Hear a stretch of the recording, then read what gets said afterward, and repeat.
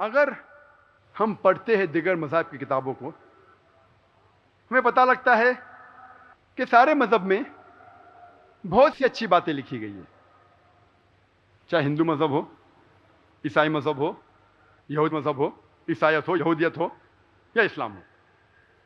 تو اسلام اور دیگر مذاہب میں فرق کیا ہے؟ اکثر مذہب کی کتابوں میں اچھی باتیں لکھی ہے۔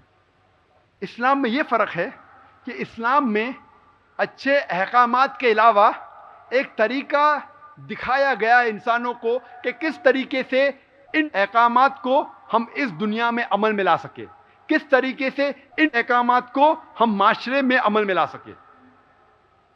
مثال کے طور پہ سارے مذہب میں کہا گیا ہے کہ چوری کرنا بری بات ہے۔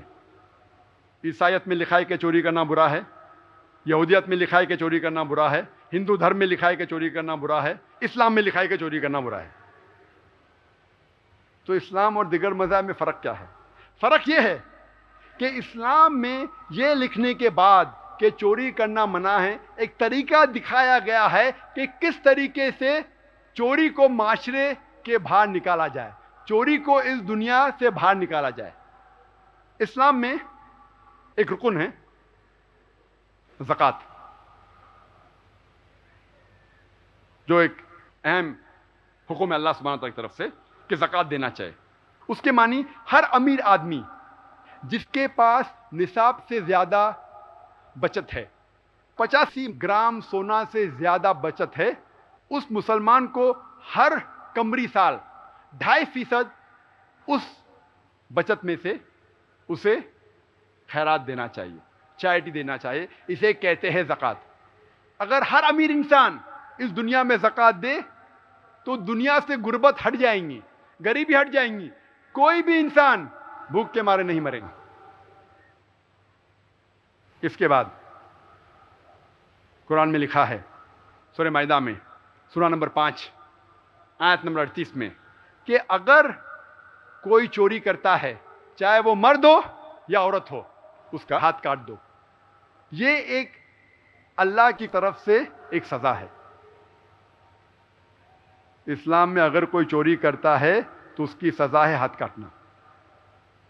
یہ ایک پنشمنٹ ہے، ایک سزا ہے اللہ کی طرف سے۔ غیر مسلمان کہیں گے ہاتھ کاٹنا 21ویں صدی میں اسلام ایک بے درد مذہب ہے، بے رحم مذہب ہے۔ اکثر لوگ سمجھتے ہیں کہ جب ہم سعودی عربیہ جائیں گے جہاں یہ حکم ہے کہ اگر کوئی چوری کرے تو اس کے ہاتھ کٹ جاتے، تو لوگ سمجھتے ہیں کہ اگر ہم سعودی عربیہ جائیں گے تو ہر دوسرے آدمی کے ہاتھ کٹے ہوئے پائیں گے۔ میں سعودی عربیہ کئی بار جا چکا ہوں، 50 سے زیادہ بار۔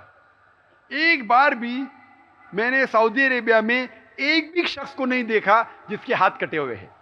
اس کا مطلب نہیں کہ کوئی بھی چوری نہیں کرتا، ہو سکتا ہے کہ ایک آدھ بار کٹتے ہوں گے، لیکن اتنا سخت حکم ہے کہ ایک چور 1000 بار سوچے گا چوری کرنے کے پہلے۔ ہم اکثر امریکہ کی طرف دیکھتے، امریکہ سب سے ایڈوانس دیش، ہم سمجھتے امریکہ سب سے تعلیم یافتہ دیش ہے، ملک ہے، اس کی طرف ہمیشہ دیکھتے۔ شاید آپ کو نہیں پتا کہ ہم جب لسٹ دیکھتے ہیں وہ ممالک کی جس میں سب سے زیادہ چوریاں ہوتی ہے، اوپر کے نمبر میں آتا ہے USA۔ میں آپ کو یہ پوچھنا چاہتا ہوں کہ اگر ہم اسلامی شریعت USA میں نافذ کرے کہ ہر امیر انسان اپنی بچت کا 2.5% ہر قمری سال خیرات میں دے غریبوں کو، اس کے بعد کوئی بھی امریکن، چاہے آدمی یا عورت ہو، وہ کوئی بھی انسان ہو، کوئی بھی امریکن ہو، چاہے آدمی یا عورت ہو، اس کے ہاتھ کو کاٹ دینا چاہیے۔ میں پوچھتا ہوں کہ اگر ہم اس اسلامی شریعت کو امریکہ میں نافذ کریں گے، میں یہ پوچھنا چاہتا ہوں کہ چوری کی تعداد امریکہ میں بڑھیں گی، وہیں کے وہیں رہیں گی یا گھٹیں گی؟ بڑھیں گی وہیں کے وہیں رہیں گی یا گھٹیں گی؟ گھٹیں گی. آسان سوال، بہت آسان جواب. آپ کوئی بھی دیش میں، چاہے امریکہ ہو، چاہے انگلینڈ ہو، چاہے انڈیا ہو، چاہے سعودی عربیہ ہو، جس دیش میں آپ اس خدا کے احکام کو عمل میں لائیں گے، اس دیش میں چوری بالکل کم ہوں گی. The moment you implement the Sharia, you have to get results. اگر آپ شریعت کو نافذ کریں گے، فوراً آپ کو ریزلٹس، فوراً آپ کو پتا چلے گا کس طریقے سے چوری گھٹ جاتی ہے. اسی لیے ساری دنیا میں وہ ملک جہاں سب سے کم چوری ہے وہ ہے سعودی عربیہ. اگر سعودی عربیہ میں اگر لا بدل جائیں گا،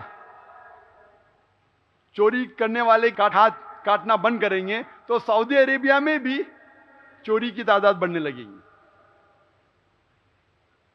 اسی لیے میں کہتا ہوں کہ اسلام اچھی باتیں کہنے کے علاوہ ایک طریقہ دکھاتا ہے کس طریقے سے آپ اس اچھی چیز کو معاشرے میں حاصل کر سکے، کس طریقے سے اس کے اوپر عمل کر سکے.